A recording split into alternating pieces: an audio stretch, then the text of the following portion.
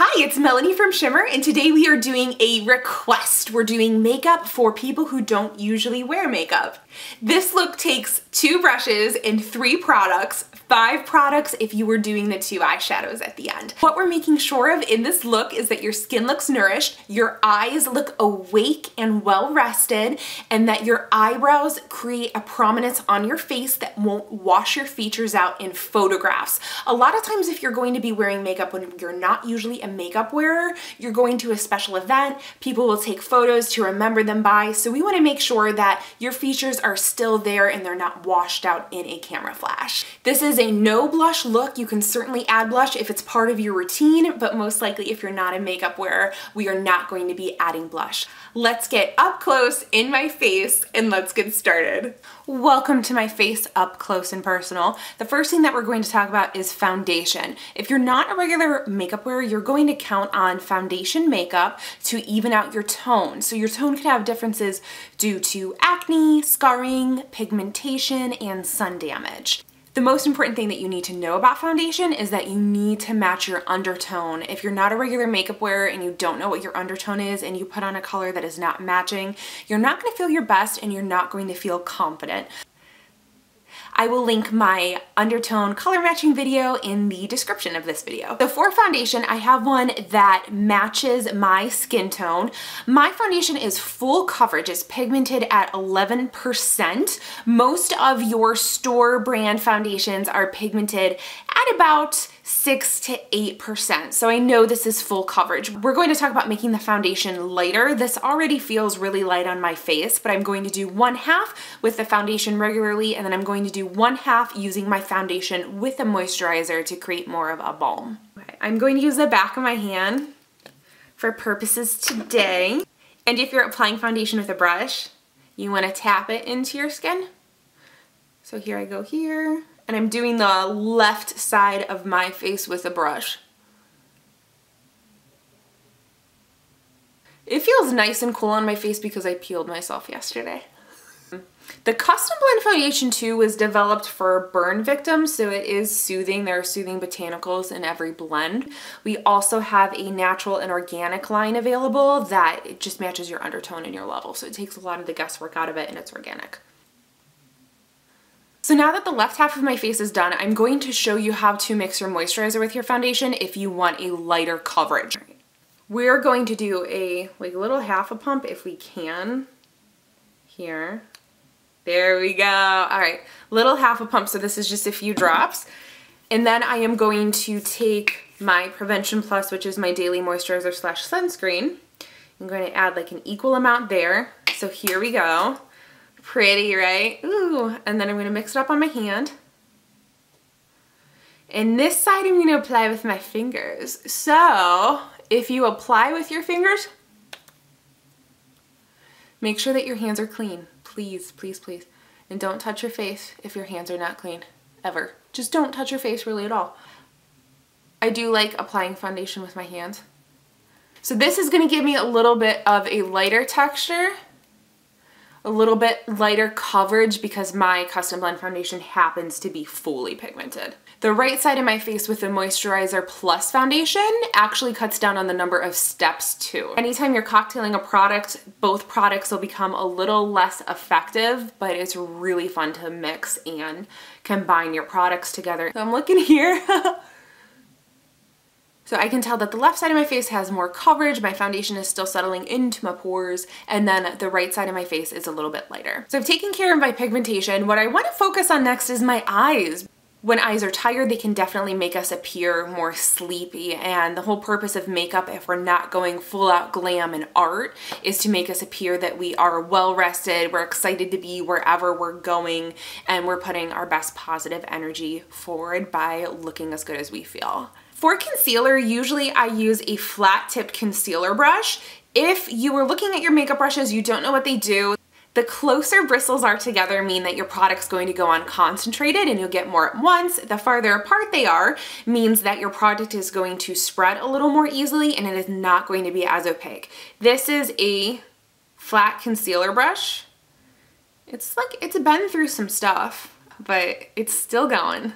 To conceal under eye circles, we need to know if your skin is fairer in complexion or deeper in complexion. Usually dark circles are caused by stagnant blood under your eyes. We want to make sure that however your dark circles are appearing, that we are neutralizing the color. If you are fairer, you are going to go with a golden color. So this is our concealer called Golden Sand. I'll swatch it right here for you.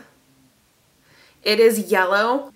Keep in mind, I have a warmer yellow skin tone. And if you have more pigment in your underlying skin tone, you're going to use a color like this that is salmon or pink in colored, and this one's called Erase. On the other side of my brush, swatch this for you. These two concealers will neutralize your under eye circles depending on if you have less pigment in your skin or you're fairer, or more pigment in your skin and you're deeper. Because I am fairer, I am going to go on my lighter side of my face with Golden Sand. I usually apply like this. If you go in under the eye, make sure you go in, you're not pulling it out. So this will make over your eye look a little bit brighter, and then sometimes I just kind of sketch out the top of my eyebrow there. Once you make the half circle under your eye, you don't want to do concealer as a circle. Your concealer is going to be a triangle. So bring that baby down. All right. Bring it down. And then if I have eyeshadow on, I'd like bring a little concealer up there just to make sure that my eyes don't appear droopy. Here, down, here. Triangle, not circle. On the other side of my face, I'm going to show you how you can use a concealer or foundation that is one shade lighter than your natural to get a little bit of an even color change. Make sure that those eyes are nice and bright. I am going to swatch the Eye Conceal, which is an anti-aging concealer in porcelain and beige, on my hand. Eye Conceal is full of peptides. It's a really great eyeshadow primer. That's why I started using it, and I still use it as an eyeshadow primer, and I probably use too much. So there's porcelain on my hand. Here's the beige. Porcelain's on the top, beige is on the bottom. Beige is sinking into my skin a little bit more. These are highly pigmented, so you're gonna see a lot of foundation on me. So porcelain's still sitting on top of my skin a little bit, beige is blending a little bit more. So I am going to use the porcelain to do concealing on this side of my eye that isn't color correction. It's just for the tone. Here we go. Okay, this is too much. I've had my Eye Conceal since October. It's still working, and I use this much every day, which is too much. So you have to be careful about using too much Eye Conceal because it's gonna come out fast. But you can already see how pigmented it is. And I'm gonna use it for my eyeshadow primer. Above the eyebrow is just something that I like to do, but you don't have to. Ready? Ooh, light pressure working in towards the eye. Here's my circle. So what do? We make it a triangle. Down. Eye Conceal does have anti-aging peptides in it and lots of good skincare.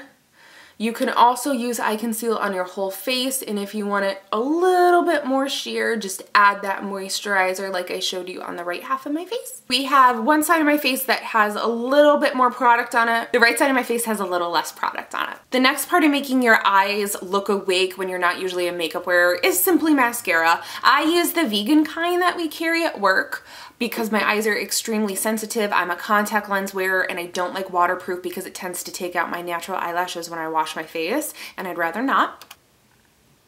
So I'm just gonna start at the base and wiggle it up.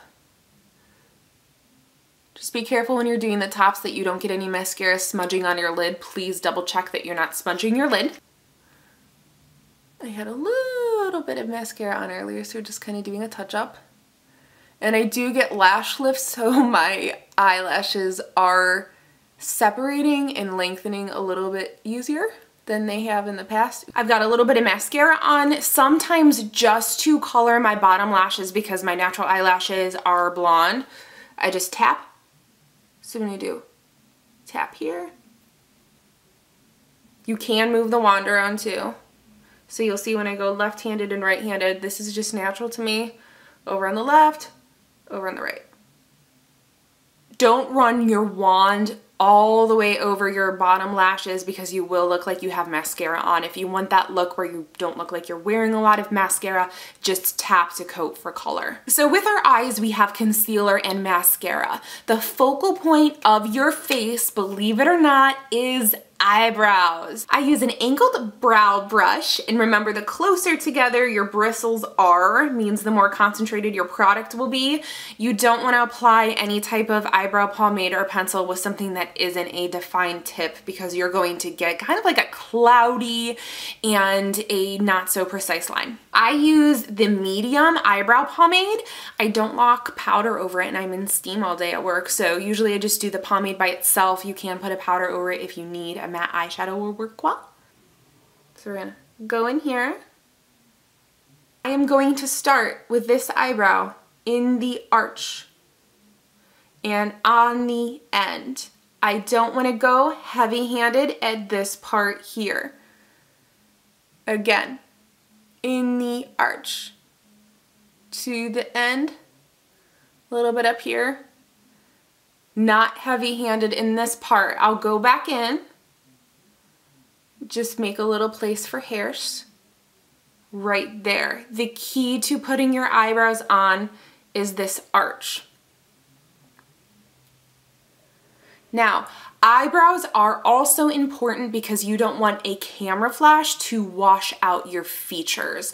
That's why they remain so important. I fill in the top a little bit. My eyebrow shape is a little bit thicker, and I do have them professionally threaded. You'll notice that my hair is blonde, my roots are a little bit ashy, so I want to make sure that I'm not using an eyebrow shade that's too dark. If you think you're done with your brows, stop and put your tools down. You're probably done with your brows. So once you have your tone matching foundation on to even out your complexion, your concealer and your mascara to make your eyes look open and well rested, and your eyebrows on, you are ready to go about your day as a makeup wearer that doesn't usually wear makeup. If you are looking for a little something extra, you can apply eyeshadow, and what I really recommend is a matte color that is neutral and middle ground for your skin tone. My matte is grayish. If you have a deeper skin tone than me, matte brown is gonna be awesome and it's going to pull very neutral for you. Take a fluffy brush. This is just a random EcoTools brush that I have in my makeup kit. We need a fanned out, very light makeup look. So I'm going in, gonna dip in my grayish here, and this is a mineral eyeshadow, so I do like to wear a concealer to prep my lid because mineral eyeshadows last the best with a primer. I'm going to apply to the crease of my eye. I never knew that I could do so much with one of my eyes closed. I have an almond shaped eye. This is a placement technique that works well on most standard eye types. I do like the angled brushes because I can go back here and make an angle and make an angle. This is quite mathematical. Angle, angle. I'm giving my eyes the illusion of being farther apart because my darker color is on the outside corner. If you have eyes that are close to the front of your face, you think that they are protruding, you won't want to do the next step, you can just end here. I'm going to clean off my same brush because remember, we're doing makeup when we don't usually do makeup. I have a paper towel here. You can also use an alternate brush, but I'm sitting on the floor of my bedroom right now. I'm going to pick a highlighter color and I'm going to pick Canvas or Bubbly. Bubbly has a little bit of pink, Canvas has a little bit of orange. So I'm gonna go with Canvas with a little bit of orange because my skin is warm toned. Canvas, here's Canvas. Ooh, check it out. And then Canvas, I am going to apply on the lid only. If you don't want your eye to look like it's protruding in any way, you would skip this step. But for me, I just want a little bit of light makeup. You can also place this lighter color on the inside corner. We just applied 2 colors of eyeshadow and an optical illusion. We used a darker color that is not light reflective to accentuate the parts of our eye that need to look deeper. We used a light reflective highlighter color to accentuate the parts of our eyes that we want to make look bigger. 2 finishing steps for you if you're adding the eyeshadow to this look. Clean off your brush again. You can also grab a new brush, just again, make sure that the bristles are far apart and you're not using like a concealer brush. With our clean brush, we're just gonna blend the edge. That's all. Just make sure that you don't have a line, especially over here. Lastly, I'm going to shape up my eyeshadow lines with my concealer brush. Remember this? Well, it's back. We are going to use it to just apply a bit of concealer, and this doesn't have to be a full, fresh, new bit of concealer. It can be what you just used to make sure that our eyeshadow line doesn't make our eyes droop. I can tell how tired I am lately, and I think that this is pretty important. There we go here, and then if you had the eyeshadow in the inside corner of your eye with your highlighter color, I used Canvas. Just gonna, you know, make sure that that isn't too heavy-handed there. Thank you for your request. I'm really happy to have them and keep them coming. If there's something that you'd like to see, please leave it in the comments below. Until we see each other again, be kind to others and yourself, and I'll see you in the next video. Bye.